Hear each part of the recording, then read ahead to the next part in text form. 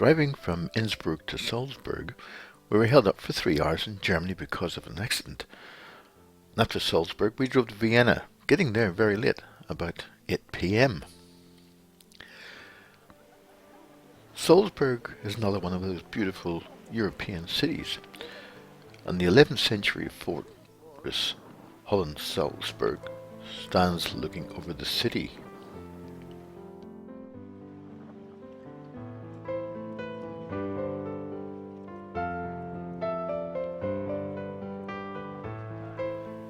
The weather really wasn't cooperating. It was raining heavily, but we were able to visit the house where Mozart lived. And then we walked along some streets before we managed to find a cafe for lunch. It actually served great apple strudel.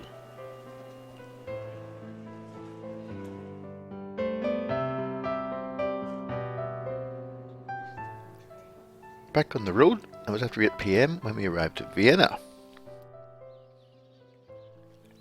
Early the next morning, we visited the Schönborn Palace.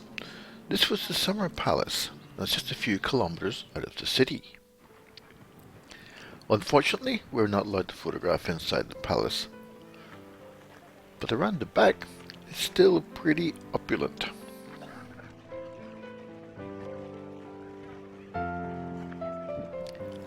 And there were very wide driveways.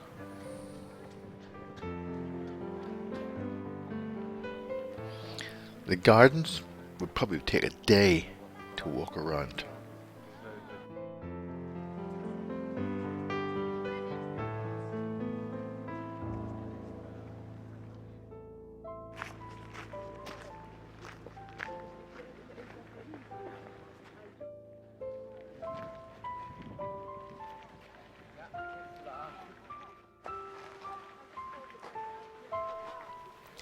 We walked over to the Carriage Museum, and here the opulence continued. All of this is real gold leaf.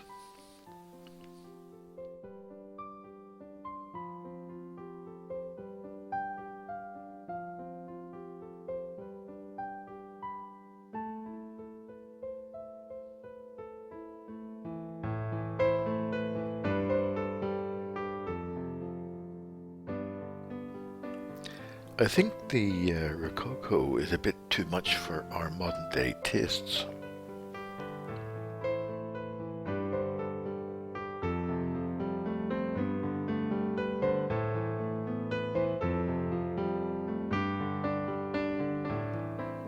And of course they had portraits done of all of their favourite horses.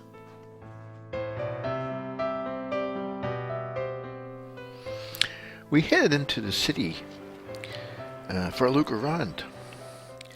St. Stephen's Cathedral stands out very clearly.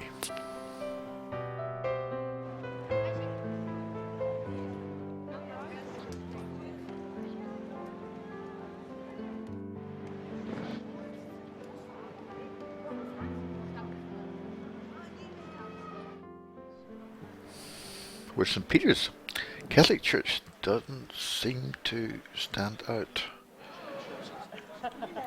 Then we headed over to the Hofburg Palace, stopping at the Michaeler Platz to look at some uncovered Roman remains.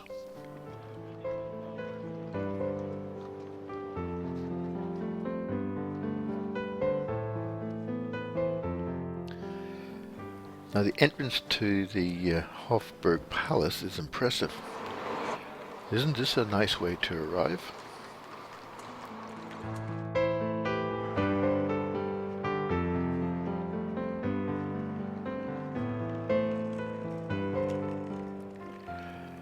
Continuing our walk, we arrive at the city gates. Now these were built in 1800 to replace the ones that were destroyed by Napoleon. Now aren't these impressive doors?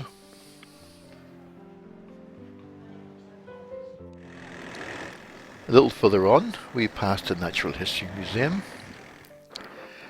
and the museum that houses all the Habsburg art collection and antiquities.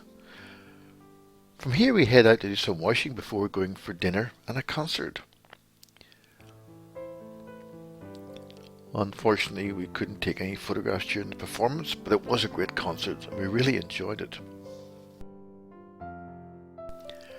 Today was to be a 600-kilometer day as we headed to Venice from Vienna, and our first stop was at this very set of interesting services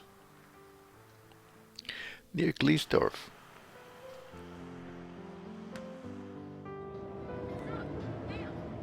Then back on the road, and our second stop near Villach had great views across the lake.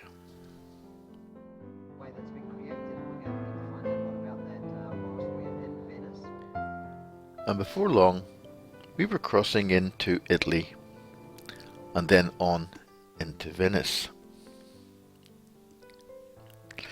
Because the coach couldn't go into the city, we were dropped off just across the bridge, and we got a water taxi that took us along the Grand Canal.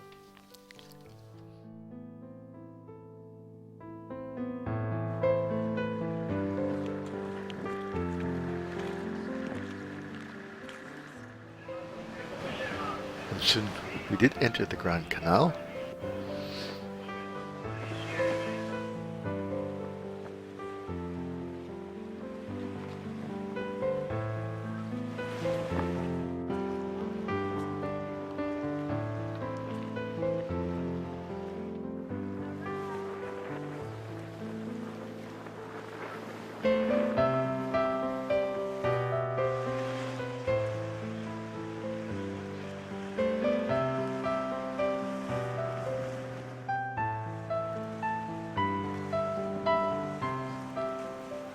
This is the Rialto Bridge.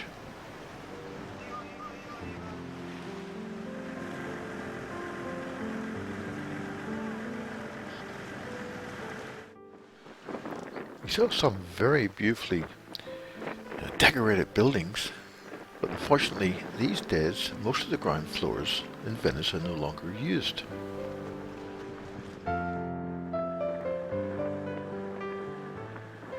Soon we arrived at our quay and we made our way to the Piazza San Marco, which is busy as it always is.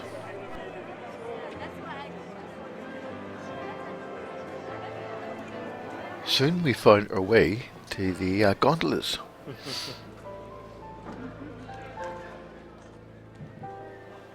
can get pretty busy in these waters. Now Jerry had organised for the young couples to have a singer on the gondola.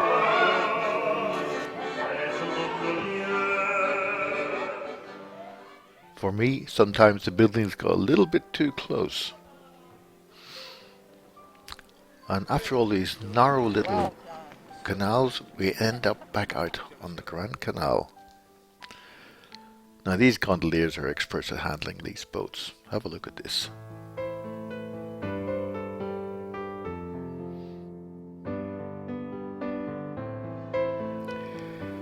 There were some narrow streets and bridges and canals that we could explore on the morrow. After our gondola ride, we took the ferry across the Lido to our hotel.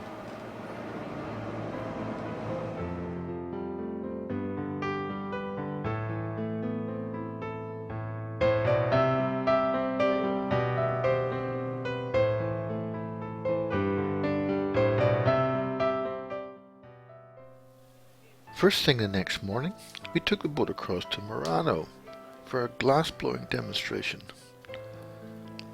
And these guys make it all look so easy. More than 1,000 years of history. And what is the difficult to work this kind of glass? The maestro needs to catch the right moment, the fleeting moment, in the right temperature. If he makes a mistake, there's no way to repair the pieces. He needs to restart the full working process. Now, Maestro is going to prepare everything in order to turn upside down the pieces. Look at this. It looks like now red, orange, and yellow, just with the temperature. I remind you, it's working at 1,500 Celsius, so 10 times the pizza oven, just to have an idea. Now, Maestro gets back to the oven in order to heat it up the top part. You see? And it will flare with this kind of tools. The tools is as in the past, as for 1,000 years ago on the side, two little handles. And in the meantime, you see, the glass becomes hard and solid. So yes, just a few minutes for the finishing here. See, there's no official education because everything is manual, everything is made by hand, so there's no reason to theoretical part. And well, look. It looks easy, no? Yeah. Maestro Rico has 25 years experience, very young, he's one of the youngest of our group. Look, bravo maestro, look at this. From here, we head into Venice for a walk around the city. Now the Campo San Zaccaria, this church is apparently full of artworks, including an altarpiece by Bellini. From there, it was on through the narrow streets and over lots of little bridges.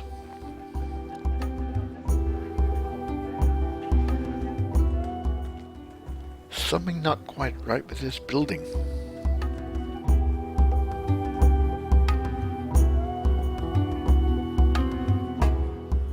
We discovered that the secret to walking these narrow streets is to hold your line. Then we came into the Campo Santa Marina Formosa with its 16th century church.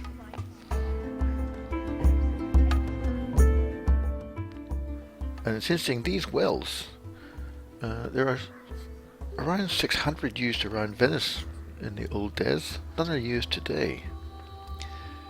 Then we got back into some narrower streets.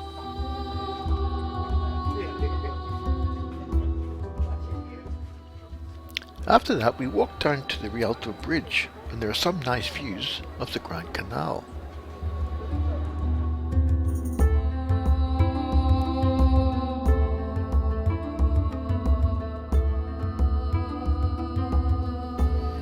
And there's something not quite right with this tower at the Church of San Giorgio di Gorki.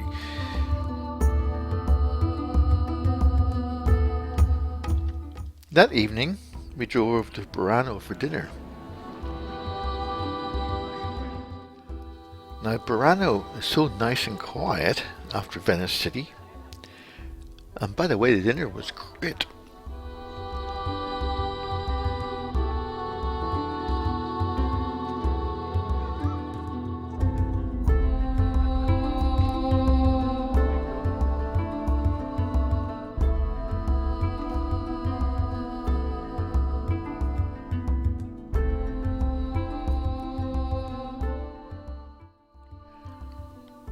Today's drive was down through Tuscany to the ancient town of Assisi. And to get there, we had to take a ferry across the main port. As yet another cruise boat arrived.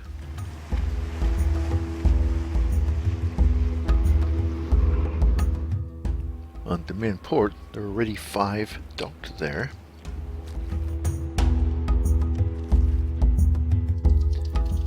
As we headed south, the land became much drier. In fact, it started to remind me a little bit of South Australia.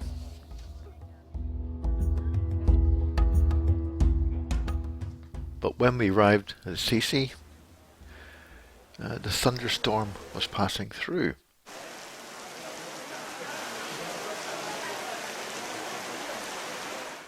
We were here to visit the Basilica of St. Francis of Assisi.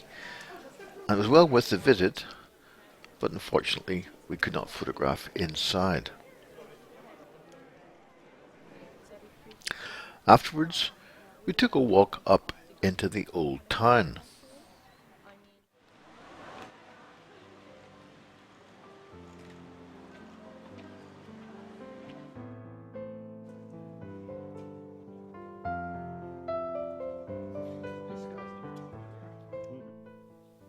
This was an old Roman building, now used as a church.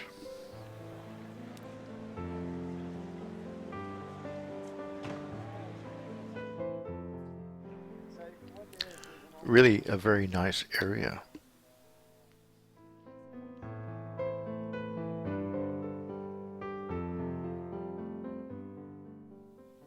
Sunday was a big day, leaving Assisi on the road to Sorrento and visiting Positano on the other side of the peninsula. We left Assisi very early. After a few hours of driving, we passed Monte Cassino. Then Mount Vesuvius came into view. Our next stop was Pompeii. Now this is quite an incredible place.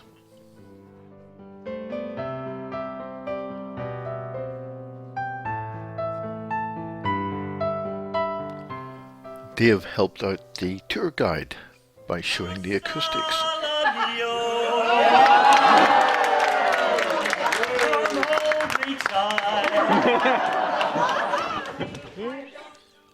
I didn't think the seats looked that comfortable.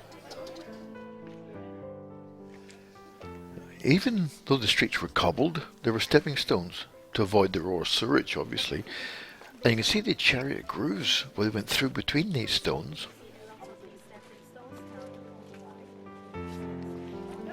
And just across from that is an old takeaway shop.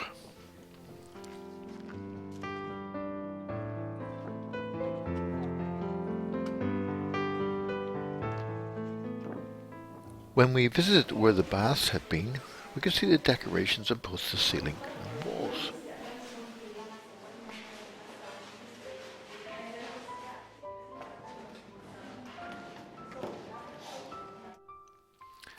Now, this phallic symbol tells of the location of the brothel, although the facilities didn't look that great. But apparently there was a menu available.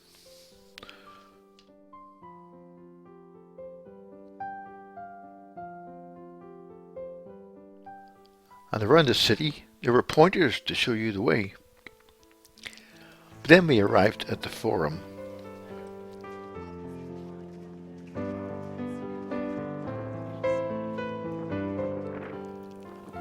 Mount Vesuvius still broods over it. When we reached Sorrento, we changed coaches to a smaller one for the drive to Positano.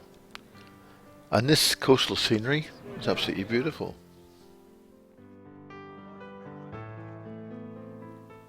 I guess the drivers had done this a few times.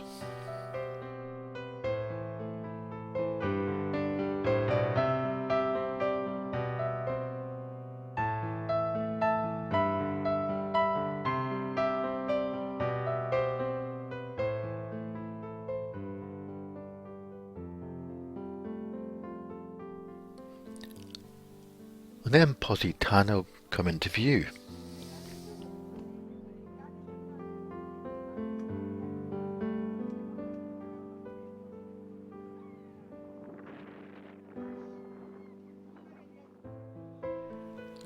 What an incredible little town this was. In fact, it was one of the few times we thought about going for a swim.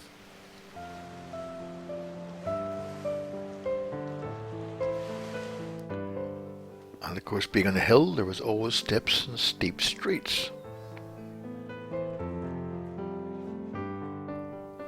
Back at Sorrento, we booked into the hotel and watched the sun go down from the cliff face.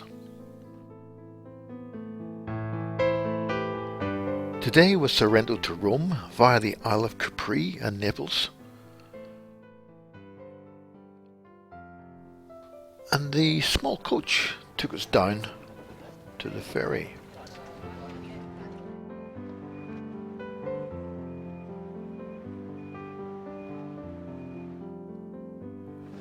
Soon we were on our way to the Isle of Capri. Once we got there, we took the famous funicular railway up to the top of the town, and the views from up there were splendid.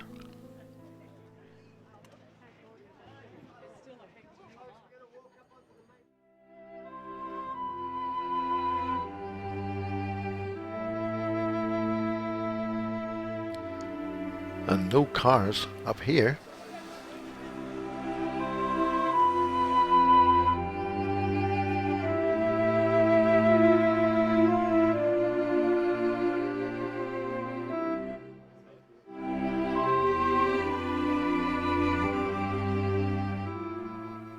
Along the shopping strip, there were all the big names. And down the bottom, our ferry arrived to take us to Naples. When we arrived at Naples, we end up getting our coach to Rome.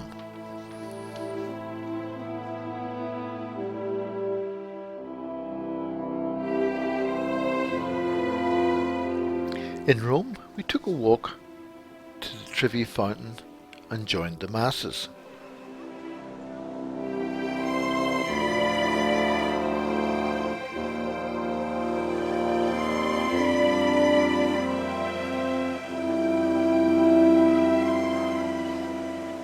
Then it was on to the Parthenon.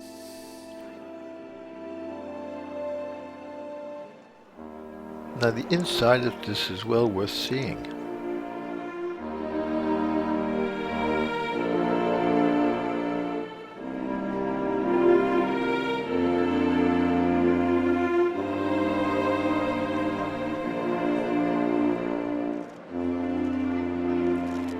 And the dome was great, hole in the roof.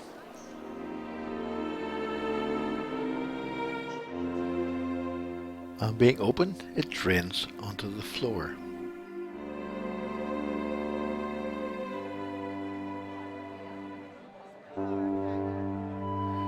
We had dinner at the cafes here and enjoying the light fading in the very pleasant evening.